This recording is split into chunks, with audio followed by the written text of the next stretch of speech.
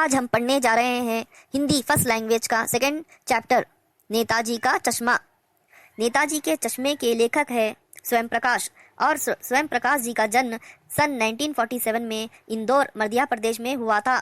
उनकी मुख्य रचनाएं सूरज कब निकलेगा, आएंगे अच्छे दिन आदि है। इनकी कहानियों में सामाजिक भेदभाव के खिलाफ प्रतिकार का स्वर है। प्रस्तुत कहानी नेताजी का चश्मा एक देशभक्त की भावना पर आधारित है। कैप्टन चश्मे वाला एक छोटे से कस्बे का निवासी था। नगर पालिका ने बाजार के चौराहे पर नेताजी सुभाष चंद्र बोस की संगमरमर की मूर्ति लगी हुई थी। हलदार साहब हर 15वें दिन कंपनी के काम से ये कस्बे से गुजरा करते थे। जब वे पहली बार कस्बे से गुजरे तो नेताजी की मूर्ति देखी। सुंदर तो थी मूर्ति, आंख पर चश्मा नहीं था, बल्कि उस पर केवल फ्रेम का रियल चश्मा लगा था। यह देखकर हलदार साहब के चेहरे पर मुस्कुराहट आ गई।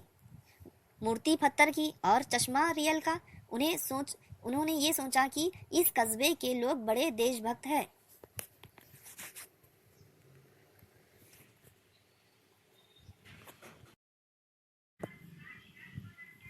दूसरे दिन उन्होंने मूर्ति पर बदला हुआ चश्मा देखा तो उनका कौतूहल यानी अमेजमेंट बढ़ गया कि मूर्ति कपड़े बदल नहीं सकती, इसलिए चलो चश्मा ही बदल देते हैं।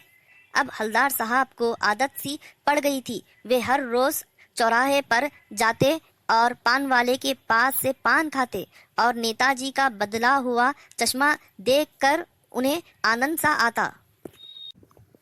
हलदार साहब चश्मे वाले के बारे में जानना चाहते थे।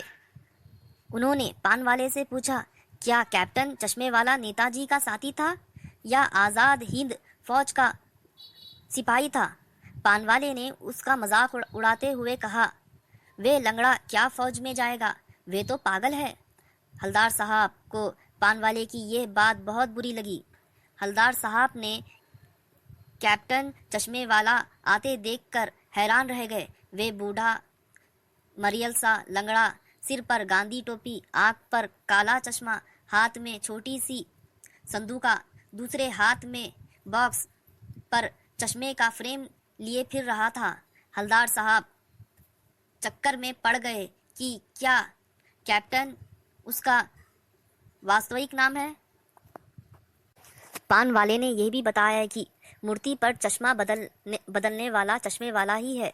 जब एक ग्राहक ने मूर्ति के रूप में फ्रेम की मांग की तो वे इस मूर्ति से फ्रेम उतारकर ग्राहक को दे दिया और नया फ्रेम मूर्ति पर लगा दिया, क्योंकि मूर्ति का मालिक चश्मा लगाना भूल गया था। 2 साल तक हलदार साहब उस कस्बे से गुजरते रहे और मूर्ति पर तरह तरह के चश्मे बदलते रहे। एक दिन मूर्ति पर चश्मा नहीं था। ये देखकर हलदार साहब से रह नहीं गया और पान वाले से पूछे तो पता चला कि कैप्टन मर गया। ये सुनकर हलदार साहब को बहुत बुरा लगा। तब हलदार साहब ये सोचने लगे कि जो लोग पूरी ईमानदारी से जीते हैं और काम करते हैं उनको लोग मजाक उड़ाते हैं। वे समझ नहीं पाए। वे उस कस्बे से जाना छोड़ दिए थे।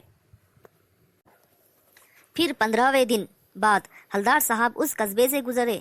तब उन्होंने सोचा कि अब नेताजी की मूर्ति पर चश्मा नहीं लगा होगा। ऐसा सोचकर वे नेताजी की मूर्ति को नहीं देखते हैं, लेकिन फिर भी आदत से मजबूर आंखें नेताजी की मूर्ति पर पड़ती तो उन्होंने जीप रोकने को कहा। और तब हलदार साहब देखते हैं कि जिस मूर्ति पर चश्मे लगाने वाला तो मर गया, लेकिन आज मूर्ति पर सरकुंडे से बना चश्मा लगा हुआ देखा। हलदार साहब भावुक हो उठे और उनकी आंख भर आई और बच्चों की देशभक्ति पर उन्हें गर्व हुआ। बच्चों, हमें इस कहानी से क्या शिक्षा मिलती है? सर, हमें इस कहानी से ये शिक्षा मिलती है कि देशभक्ति कभी संसार से खत्म नहीं होती।